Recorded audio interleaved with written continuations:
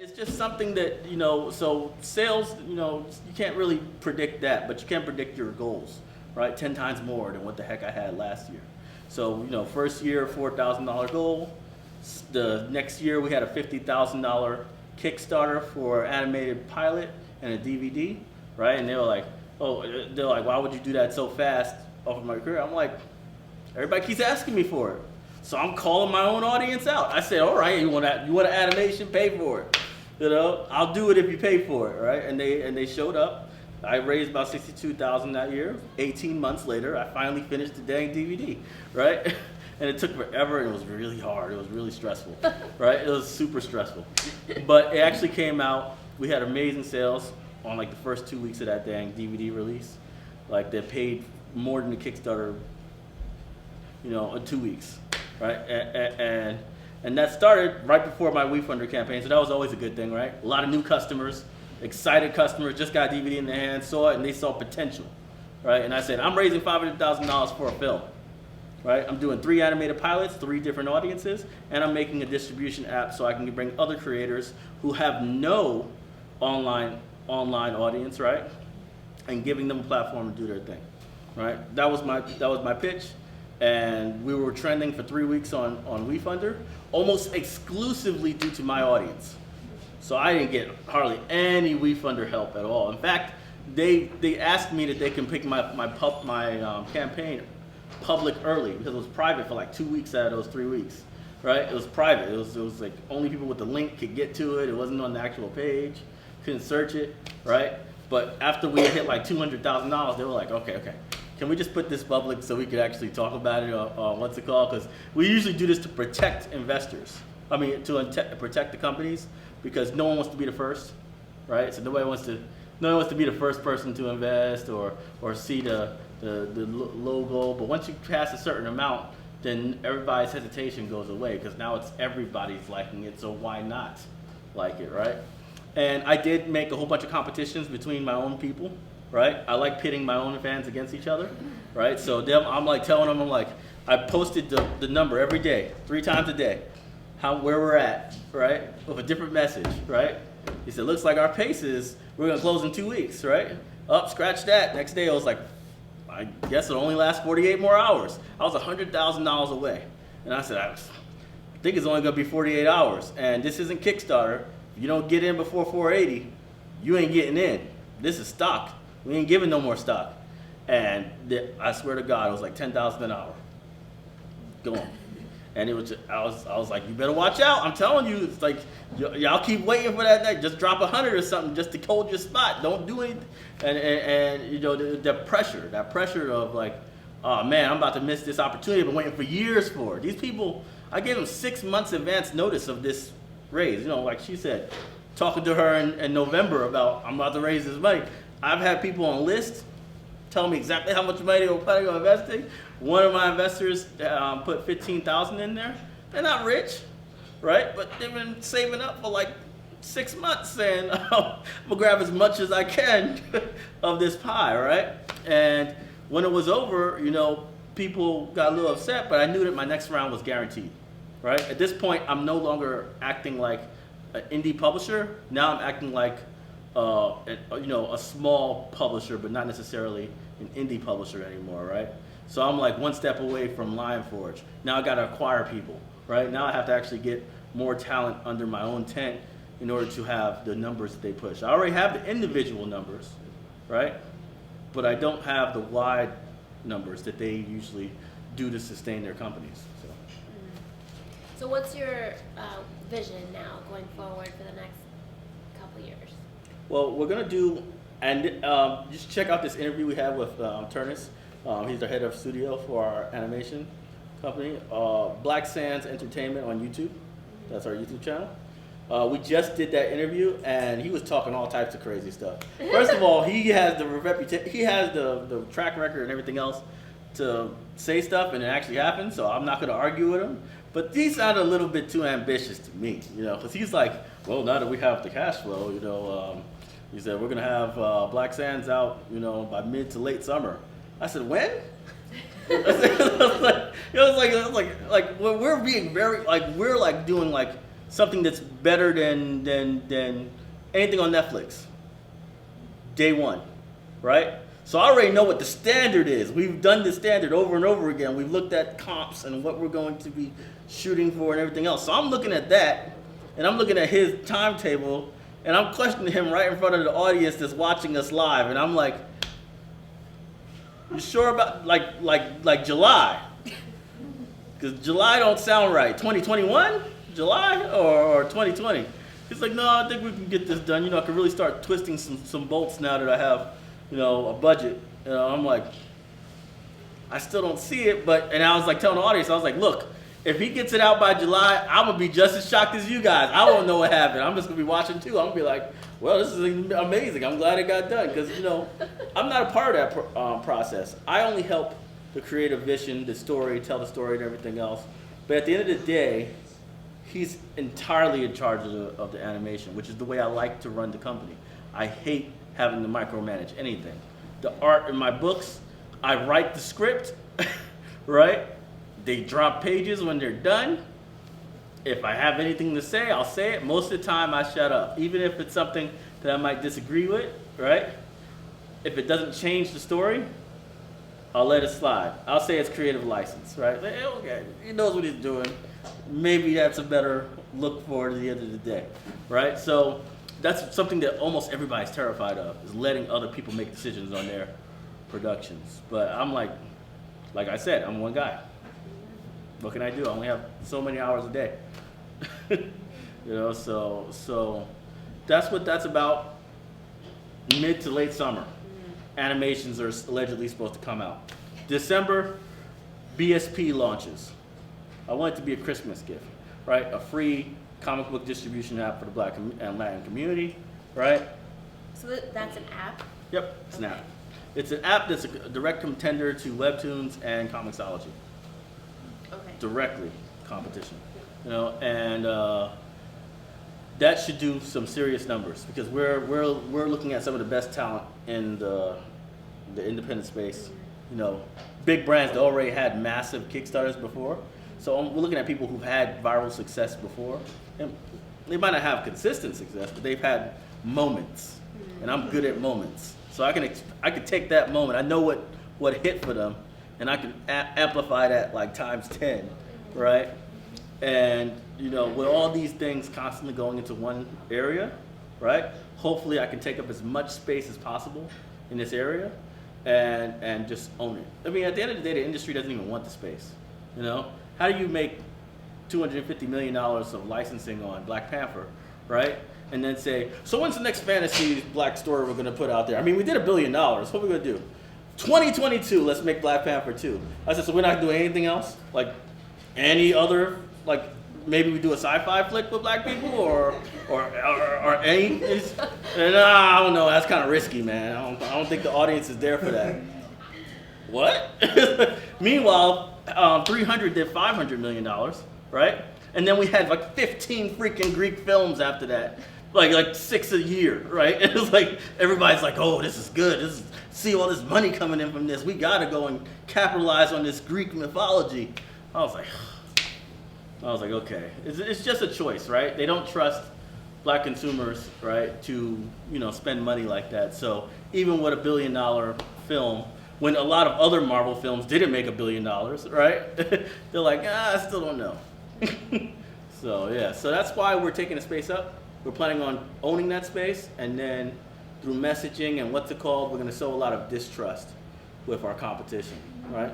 Mostly because they don't even pay these creators in the first place. The reason why I can get them is because the deals with Comixology and Webtoons suck for them. You know, it's like if they were doing good deals with them and being fair to them, I would have no chance. You know, so that's their call. Questions from the crowd? Are you still publishing books, or are you moving completely into the film space? All right, wait, let me repeat the question. So, are you still publishing books, or Or are you moving completely into the video are you film realm? or are you moving completely into film and animation and apps?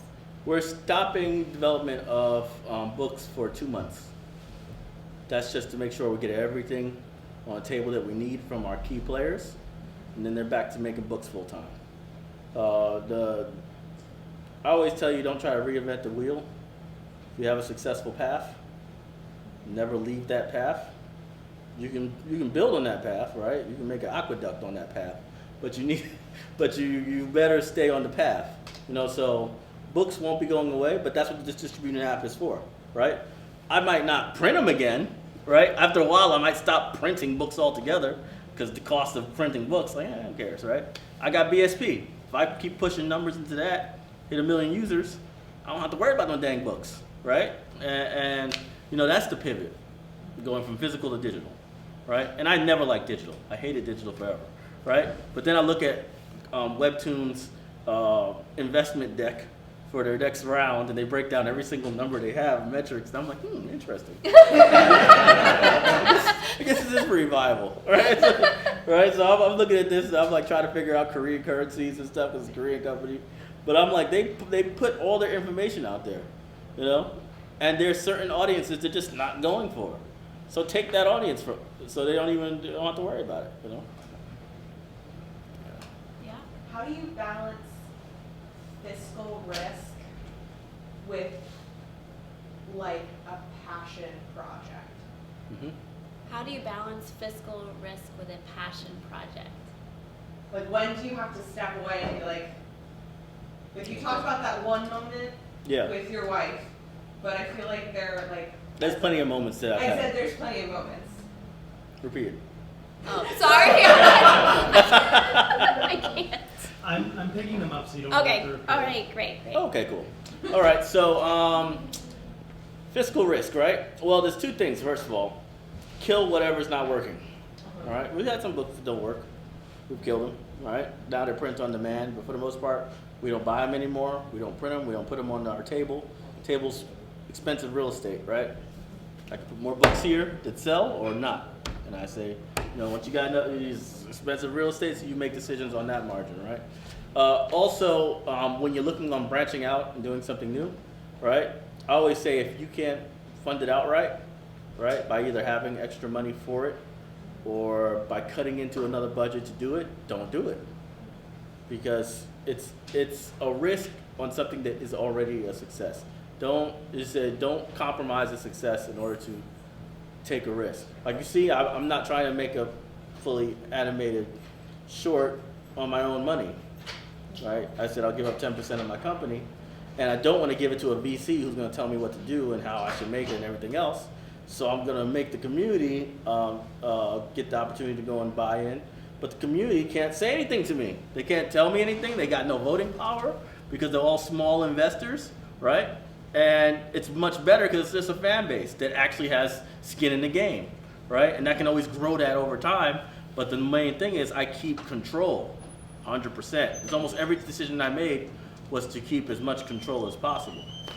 Even when I got Turnus, which is he makes $200,000 a year at his current, job as the VP of digital content for Braun Animation, right? That's his current role. He said, but the second these shows are funded, right? He's leaving that place, and he's like, he said, now I could just straight up work on this for the next 3 years, all 3 properties. But people take risk like that, right? They put their brand on the line, they put their name on the line, because they see the growth and stuff like that. And as long as you're making good contracts with people, you can protect yourself and not take a risk that's going to cost you equity or your control or license or whatever. I know some people who've done amazing things, and they have somebody looking over their shoulder, like, where's my cut? Or are you sure about that? And just questioning them. I'm like, he's a great creator, but he's kind of like, he got a shackle on his leg. Nothing they can do about it. I tried to do some things with him, and I was like, oh man, that's a lot of equity you already lost. So yeah. As a creative and someone who works in the creative industries, you have a lot of ideas, right? But you have a limited amount of capital, whether it's money or time. How are you assessing whether it's what book to pick up or what thing to focus on, animation apps? Which idea of yours is the next one you want to focus on? What sort of market factors that you decide on? Well, one thing we did with this WeFunder campaign is there's a minimum and a maximum, right? And so a minimum is, what we consider minimum viable product, right? Not just, this is the lowest money I'll walk away with, but This is the minimum viable product. So obviously it was make an animation for Black Sands. Black Sands is already hot. Let's just fund that, call it a day, $90,000, right? It's probably more than that, but at least put a number down there that sounds reasonable, right? $90,000. Phase 2, raise at least $300,000. Now I can do a really good animated pilot for Black Sands, Cosmic Girls, and Maury's Family Adventures. I can get all 3 done. 3 completely different audiences.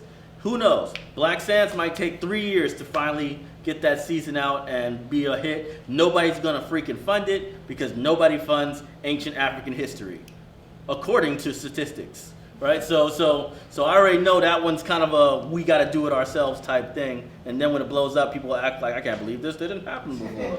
You know, so that's the fate of Black Sands, right? I already know that. Cosmic Girls, I could see Nickelodeon picking it up after a short. I could see Disney picking it up after short. It's a regular TV show. It feels like a regular TV show, you know? The only difference is instead of a black girl talking about I love my hair, she's saying I love being an intergalactic bounty hunter. But, you know, it's the same difference, right? And you know, that's easily something that you can bring to a network television deal. Maury's Family Adventures, there's a lot of crossover. I don't know where it's going to go, where it's going to land, right? It could be an educational piece internationally, right? Because they're talking about traveling all over the world. Who knows? Might be sponsored by countries. Like, hey, please do one on Rio, right? And they're like, we'll fund that. And they're like, okay, we'll do that. We'll do a special episode for people who are planning to travel to Rio as a family. Here's the trip, right? And it also has that. So it has a lot of crossover realms. We don't know where that's going to land. We just know that there's something about it that has that it factor. So if someone finds the value in that, it can go multiple different ways, right? But Black Sands is like a rogue nation, right? It's very successful, but it's very alone, and it just has to just conquer. It can't. There's nobody's gonna be like, hey, I got a ship for you. Want to take that? We got to build a damn ship. So that's just the way that feels, right? And like I said, it was tiered. Couldn't develop it unless it actually got funded. Wouldn't even try, right? And the last one, the app. The app I consider was a gateway not just for my content, right? It makes it a little cheaper for my content. I don't have to build physical products. But the main avenue is just for everybody else, because they have terrible deals with Comixology, Webtoons, whatever. They got no avenue to actually reach their audience. Not everybody can market like I can, right? So now that I have a place where I can basically gather as many fans as possible, they automatically get that audience without having to go and get a post from me or something like that. It's just notification, right? Oh, check out the next chapter of what's it called? Boom. They're automatically into that audience. They're already tapped in. So, you know, but that was the least important part of our growth. So if I didn't hit 500,000, I'm not touching that. I'm not even thinking about that. You know, so that's how I basically did that WeFunder campaign. And best believe that was the scenario throughout the entire productions.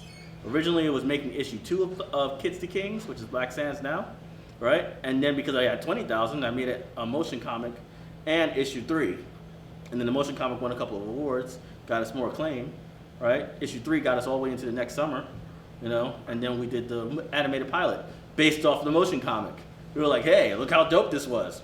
Imagine if we did a real animation, right? And so you know, you do that based off of what happens on the margin, right? You have a plan for great growth, but you always got to work with what you got. You know, if you don't make it up there, you can't do the next. Don't just volunteer to do the next phase. You know, that's dangerous. Don't volunteer to do any extra spending. You know, just don't do it. Trust me, I've done it millions of times. It doesn't work out most of the time. Can you talk a little bit more about your donor structure? Are you just purely crowdfunded by your audience, or do you have private donors and that kind of thing as well? No, it's almost entirely the audience, like 100% the audience.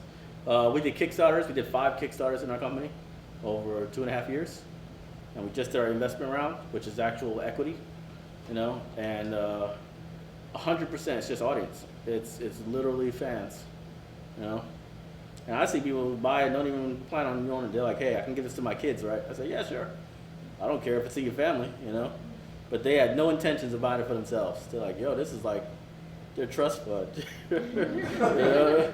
And then the cool reason why we chose WeFunder over like the other ones that accepted us was because they have a, why did you invest, right? They almost ask every time someone invests, they say, why did you invest in this? So we have like freaking 900 testimonies from people saying why they did it, right? And that, if you want to talk about a messaging program for like journalists and stuff to go and follow and say, wait, why does people support them? You say, I don't know, you got 900 options, you know? You know, and that's like basically company reviews, you know. Almost all of them are like, I didn't know, I was just taking a chance with this brand. It seemed interesting. Nobody was saying that. They were like, man, I've been following them for like 3 years, man. They just keep doing stuff. My kids like comics now. They ain't give nothing. They ain't care about comics until I got them Kids to King 3 years ago. And I'm just, you know, I'm just proud that I could actually own some of this. One dude said, and this was the funniest thing, and you guys need to really always try to teach people the cost, right? People don't understand the cost. They'll tell you make an animation. They don't understand it costs $100,000 for like 5 minutes of real good animation. You know, they're like, hey, I was just doing animation. This would be amazing, right? Just call Netflix. They'll give you a deal, right? It's like, right? So when you educate people the right way, right, they understand what it takes, right? It's not, oh, I need $500,000, 10%. I tell them numbers. You'll see it on my Instagram. Go to my Instagram page. You're going to see the biggest propaganda campaign you've ever seen in your life. Almost 2 to 3 posts a day for like 3 straight weeks, right? And these are like really like detailed posts. Some of them are funny. Some of them are industry bound. Some of them are stuff to just make people angry, right? But the whole point is they all have their own specific goal. And one of my people who are investors, who's probably been following me for years, he said like this. He said, bold move, Mr. Godoy. He said, you didn't just come up with an idea and start a different company and told us to invest in that. You gave us, he said, you gave us a chance to invest in the actual company from which all this has been made. He said, I'm definitely proud of this right here, and I'm glad that you're giving us this opportunity. People do not understand what this really means. You know, and it's true. The company's profitable. The company has all this stuff already. I could have done the thing that I see a lot of people do, which is they make a completely different company and then say, fund that, because I did it in this one, right? And you see that on Shark Tank too. They'll be like, why the hell should I invest in this when your other company's killing it, right? They're like, can I get both? Right? They're like, that question comes around, but they think they're slick, right? So they try to make a different company to go on what's it called, and the unsavvy wouldn't realize that. And I knew that most of my investors are not even accredited, so they have no knowledge of how investment works. So it was really just a bone I tossed them and said, look, I'm just gonna do this straight up, straight equity. You know how much the price is, no later deals, no unrealistic evaluation, and you know, I'm only asking for $500,000 for 10% instead of $1 million for 10%. I know I could have got $1 million for 10% just because almost all my investors will be from my community, but you know, that's an unfair evaluation. It's an unfair evaluation, and it's okay. I got more rounds to do. You'll pay more later. So that's just something that, you know, you try to be fair to people, right? You try to educate them, and you don't treat yourself like you're some kind of God character. So don't ever act like you're holier than thou. When people say, oh, he's so humble, say, no, I'm not humble, right? I'm not humble at all. I have a goal. I have a job. I'm focusing on profits, and hopefully by doing that, everybody will rise through the system that I create, right? But I'm not this guy who's doing this for the culture or anything like that. The culture is the weapon, and we're gonna weaponize this bad boy, and we're gonna dominate, right? Because no one wants to do it. So I'm gonna take up that space, and you know, it's just important to have that mentality at times, right? People always think of, oh, I just want to create stuff because I want to get my story out there. But think about how many people are influenced by Harry Potter, you know? How much control and influence that has over generations, right? And it's like this is my thing. If I hit Black Sands, 100 years of programming on Egypt is totally turned on its head because people are going to affiliate, you know, all the characters in Black Sands as Egyptians. That's going to be the dominant look of Egyptians, right? And it's going to mess up all the programming that's been going on. I mean, they've been doing it for decades. They keep making the same movies that flop over and over again, right? They don't care, right? It's kind of like propaganda to them, right? It's like, hey, if I lose money on this, who cares? At least I've reinforce the status quo. You know, so